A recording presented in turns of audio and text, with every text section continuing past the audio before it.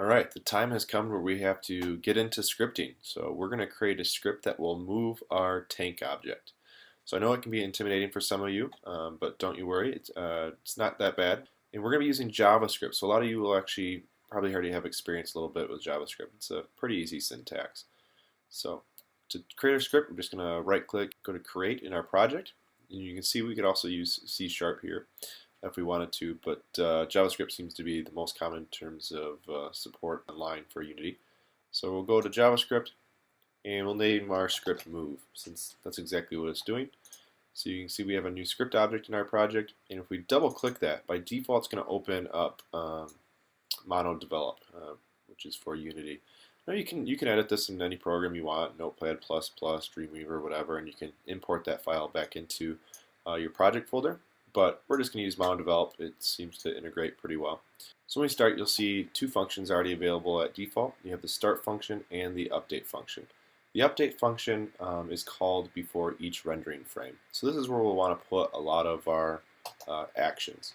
So we can just delete the start function right now. We're not going to use that just yet. So let's create our first variable, and we do that using the keyword var. And then after that, we type space, and then we name our variable. So our first variable name is going to be forward rate. I'm using camel casing, so each word I'm going to capitalize the first letter, then colon, and then this is the type of variable. So usually when using numbers, a lot of people use integer, but to be more precise, we're going to use float, which also includes decimals. So we'll use a float type. It's also a number type. And we'll set this as 3 and have a semicolon to end that line. Next variable is going to be turn rate, because we have to move our vehicle forward and also turn our vehicle, and that will be also a float type, and set that as 2 semicolon.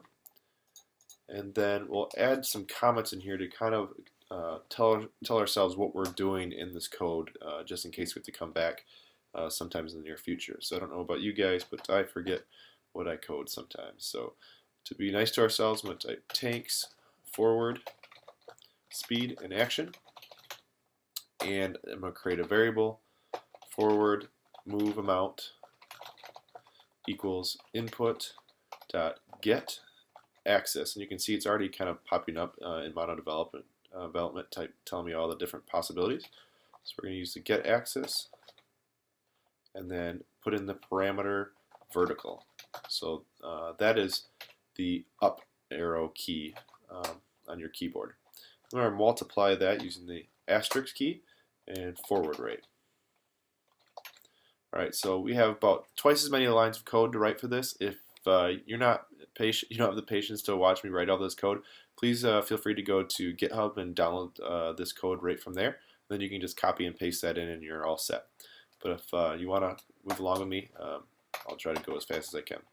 So we're going to add another comment, because this next line is going to be force of the tank's turn. So we'll create another variable turn force equals input dot get axis horizontal.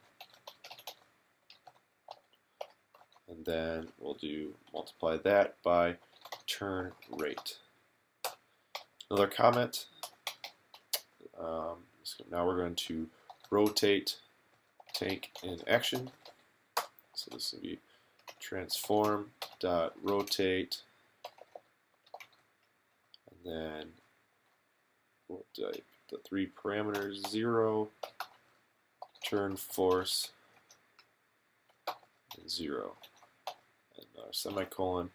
Then finally, the last formula will be transform dot position plus equals transform dot forward times forward move amount times time dot delta time. That should be all set. Another semicolon there. And all plus equals, what that is saying is transform position equals itself. So if this is 2 and this formula ends up being 3, transform position would then equal 5. So I hope that makes sense if you haven't used that before. So let's give this a save by clicking the disk up here, and we can close this. And now we have to have our tank object inherit this script. And to do that, all we have to do is drag and drop this over on our tank parent, so on our game object. Now if we click on our tank in the inspector, we'll see that tank now has a component of our move script. So very cool. So let's click play. See if we get any errors. Alright, we get errors. A compile error has to be fixed before we can edit this. So this is normal. Do not fear if you get an error. So let's see if we can find it. Make sure I spelled horizontal right, vertical right, have my semicolons. So I spelled position wrong. Put an I there, click save. Let's give it a try. Oh, I should mention, if you don't have a camera object, game object from our last tutorial still, just go to game object, create other, select camera, and then you'll be able to see in your game window what the user sees in play mode. So you can just move that camera so that it can see your tank. I'm just going to rotate it a little bit. There we go. And change the field of view. Perfect.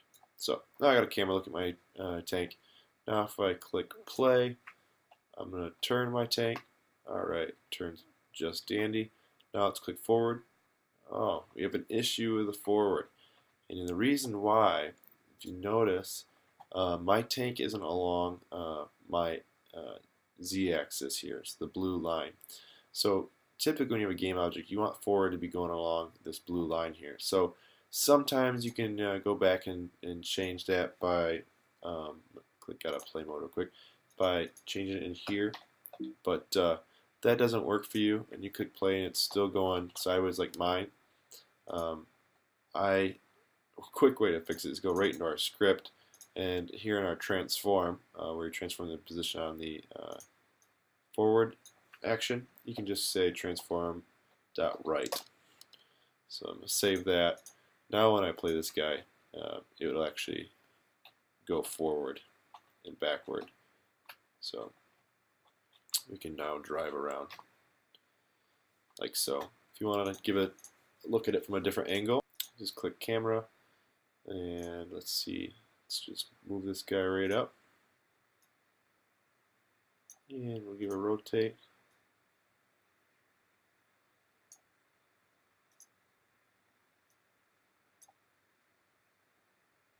Now you just get a different perspective on your game now, right?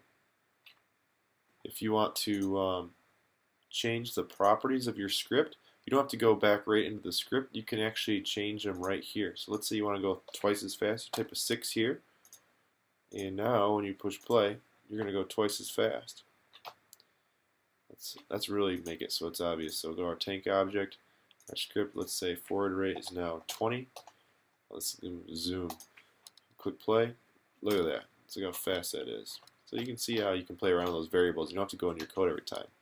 Very cool. Hope you learned something. Hope you weren't too intimidated by the code. Look forward to our next tutorial. Hi, thanks a lot for watching. Please don't forget to subscribe to this channel so you don't miss any of my future videos. Until next time, cheers.